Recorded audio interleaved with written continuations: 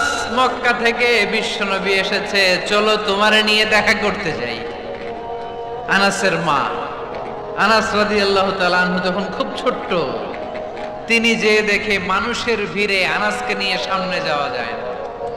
আর তিনি দেখলেন মদিনার অলিতে গলিতে মানুষের ভিড়, আনসারী আবাল বৃদ্ধ বনিতা নারী পুরুষ সবাই বিশ্বনবীর সাথে দেখা করছে। আর যারাই দেখা করছে হাতে কোনো না কোনো হাদিয়া নিয়ে বিশ্বনবীর সাথে দেখা করতেছে। সুবহানাল্লাহ কইবেন না? আনসারী যত সাহাবারা বিশ্বনবীর সাথে দেখা করতে এসেছে কি নিয়ে আসছে? কথা কয় না? তাহাদাও তাহাব্বু, হাদিয়া দাও, একে অপরকে হাদিয়া দাও। তোমাদের মধ্যে ভালোবাসার বন্ধনকে বাড়িয়ে দিবে কে? আনাসের মা বললেন, আমি মানুষ ধাক্কাতে ধাক্কাতে বিশ্বনবীর সামনে পর্যন্ত গেলাম, যে দেখি সবাই বিশ্বনবীর হাদিয়া দেয়। আমি বিশ্বনবীর সামনে যে কাঁদো কাঁদো স্বরে বললাম, ইয়া রাসূলুল্লাহ, ইয়া হাবিবাল্লাহ, লাম ইউবকি রাজুলুন ওয়ালা ইমরাআতুন মিনাল আনসার ইল্লা ক্বাদ আতহাফাকা বিতুহফা।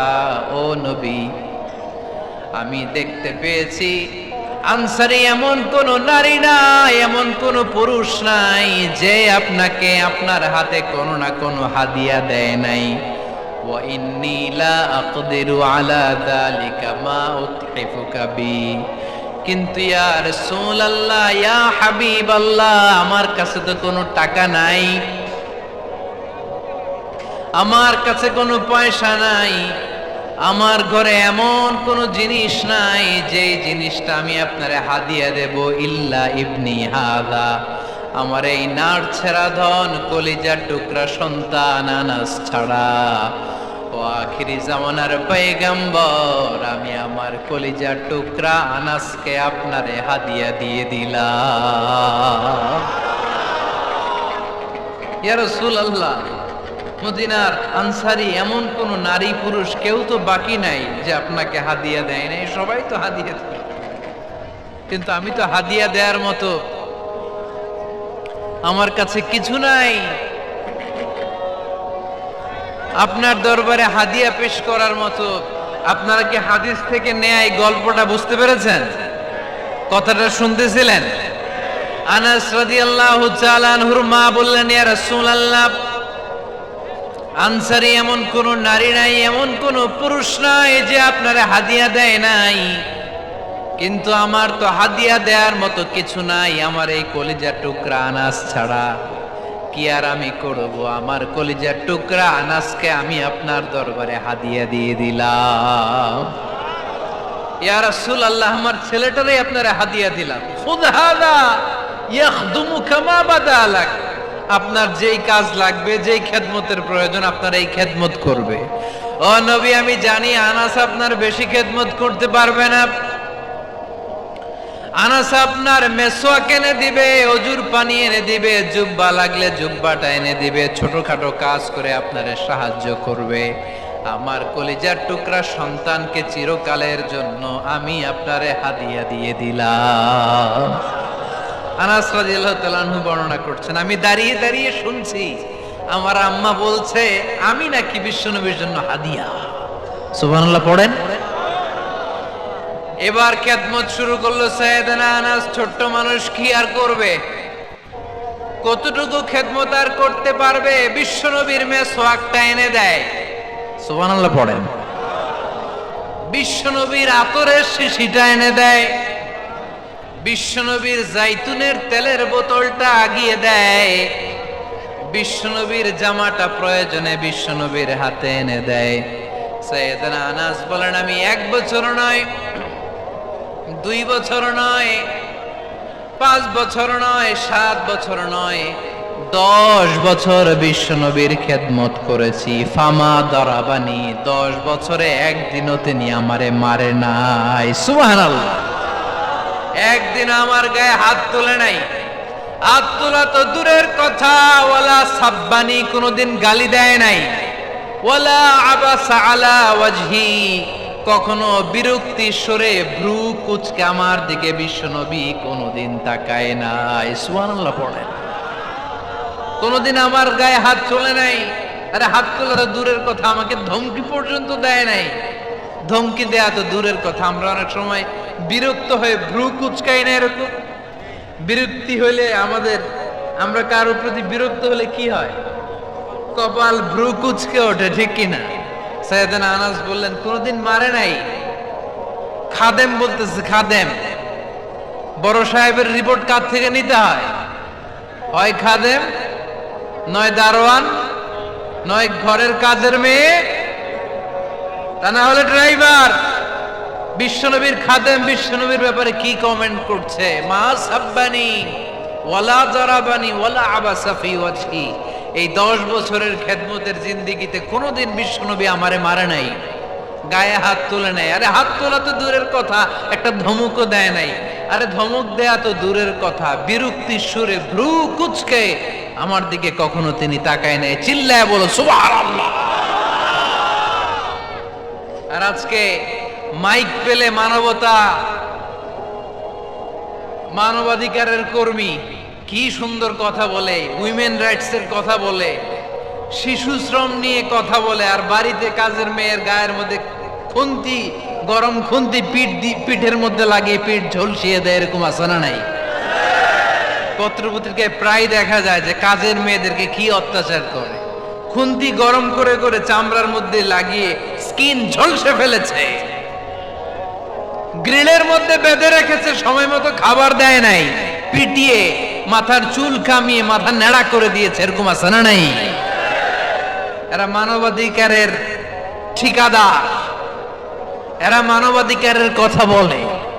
আর বিষ্ণু ঈসা ইসলামের খাদেম বিশ্বনবীর ব্যাপারে বলেছে কোনোদিন মায়ের তো দূরের কথা, হাত তোলা তো দূরের কথা, আরে ধমক দেয়া তো দূরের কথা, বিরক্তির চেহারা নিয়েও কোনোদিন বিশ্বনবী আমার দিকে তাকায় নাই। চিল্লায় পড়েন সুবহানাল্লাহ।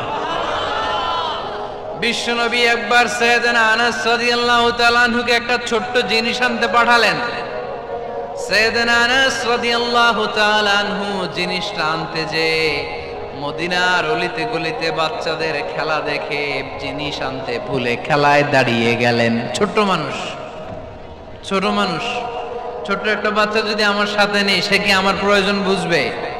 আমার সেন্টিমেন্ট যেরকম, বাচ্চা কি ওটা টের পাবে? ছোট্ট আনাসকে বললেন আমার জুব্বা নিয়ে আস।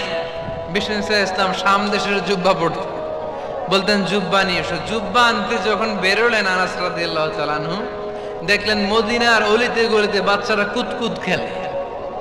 কি খেলে? আপনারা খেলেন? তো এই খেলা দেখে আনাস রাদিয়াল্লাহু তাআলা আনহু ভুলে গেলেন যে বিশ্বনবীর জামা আনতে হবে। উনি ভুলে যে উনিও দাঁড়িয়ে খেলা দেখতে শুরু করলেন। এখন ঘন্টার পর ঘন্টা যায়, আনাসও আসে না, জামাও আসে না। বিশ্বনবী ভাবলেন হায় রে, আনাস মনে হয় ভুলে গিয়েছে, কি আর করা যায়, নিজের জামা নিজেই নিয়ে আসে। বিশ্বনবী বের হলেন জামা আনতে, বের হয়েই দেখে মদিনার গলিতে বাচ্চারা খেলতেছে, ওইদিকে আনাস রাদিয়াল্লাহু আনহু দাঁড়ানো। বিষ্ণু ইসলাম কিছু বললেন না, যে উনিও আনাস রাদিয়াল্লাহু তাআলা আনহুর পাশে দাঁড়িয়ে খেলা দেখতে আরম্ভ করলেন। সুবহানাল্লাহ পড়বেন না? সাইয়েদনা আনাস খেলা দেখতে দেখতে দেখতে দেখতে দেখতে দেখতে হঠাৎ বিশ্বনবীর দিকে চোখ পড়ে গেছে। বিশ্বনবীর চোখের দেখে যখন সাইয়েদনা আনাস রাদিয়াল্লাহু তাআলা আনহুর চোখ পড়ে গেছে, সাইয়েদনা আনাস বলে আমার কলিজাটা এখান থেকে এদিকে চলে আসছে। ভয়ে। কিসে? ভয়ে। উনি বললেন আমার গলা শুকিয়ে যেতে আরম্ভ করলো, কাঁপতে লাগলাম। আয় হায়, এখন আমার মনে পড়ছে বিশ্বনবীর জামা আনতে পাঠাইছিল, ভুলে গেছে খেলার আবেশে পড়ে। উনি বললেন বিশ্বনবী আমারে ধমক দেন নাই, আমার গায়ে হাত তোলেন নাই, জামা আনতে পাঠাইছি, এখানে খেলা দেখতেছো এটাও বলেন নাই, বিরক্তিও প্রকাশ করেন নাই। বিশ্বনবী শুধু একটা হাসি দিয়েছেন, স্মাইল। কি দিয়েছেন? একটা মুচকি হাসি দিয়েছেন। কি হাসি? সাইয়েদনা আনাস বলে ওই যে ওই দিনের বিশ্বনবীর মুচকি হাসির শাসন মরার আগের দিন পর্যন্ত আমি আনাসকে সোজা রাস্তায় রেখেছি, আর ডানে বায়ে নেয় নাই। শাসন করতে জানলে লাঠি লাগে না, শাসন করতে জানলে ধমক লাগে না, শাসন করতে জানলে পিট্টি দেয়া লাগে না, মুচকি হাসি দিয়েও শাসন করা যায় কি যায় না? সাইয়েদনা আনাস বললেন, কোনোদিন মারে নাই, কোনোদিন ধমক দেয় নাই, সব সময় আমাকে আদর করেছে। চিল্লায় পড়েন সুবহানাল্লাহ। এজন্য সব সময় বিষ্ণু ঈসা ইসলাম শ্রমিকদেরকে ভালোবাসতেন। শ্রমে কোনো লজ্জা নাই, লজ্জা হচ্ছে অলসতায়। আজ থেকে এই মাহফিল, এই এত বড় আয়োজন, এত বড় গ্যাদারিং তখনই সার্থক হবে যখন আমরা এই সিদ্ধান্তে আসতে পারবো যে আমরা অলস সময় কাটাবো না, আমরা আমাদের এই সময়গুলোকে প্রোডাক্টিভ ওয়েতে কাজে লাগাবো, কোনো না কোনো কাজের সাথে জড়িত হব। Never under estimate any job, whether it's big or small, বড় হোক বা ছোট হোক, কোনো কাজকে আমরা ছোট করে দেখব না। যে কোনো কাজ করো না ভাই, যে কোনো কাজ করো, তা যেন হয় সবার চেয়ে সবচেয়ে সুন্দর। আমাদের অবসর সময়গুলোকে কাজে লাগানোর দরকার আছে না নাই? আমরা নিজেদেরকে কর্মঠ করে, কর্মজীবী হিসেবে, শ্রমজীবী হিসেবে নিজেদেরকে প্রতিষ্ঠিত করতে চাই। রাজি আছো মুসলমান? লক্ষ্মীপুরের যুবক ছেলেরা আওয়াজ করে বলো, পারা যাবে? লজ্জা কিসে? লজ্জা কিসে? অনেকে টাঙ্কি মারে, এদিক সেদিক ঘুরে, আর বলে আমার আব্বা চেয়ারম্যান। আরে তোর আব্বা চেয়ারম্যান, তুই কি? আমার আব্বা MP, member of the parliament. আরে তোর বাবা এমপি, এটা তো তার গৌরব, তোর কি আছে সেটা বল। এজন্য নিজের পায়ে দাঁড়াবো। অলসতার সাথে আমাদের কোনো সম্পর্ক। আজকের এই মাহফিল থেকে আমরা অলসতা, অকর্মণ্যতাকে নো বলে দিলাম। অলসতাকে আমরা কি বললাম? আরো জোরে বলতে হবে, অলসতাকে কি বলবো?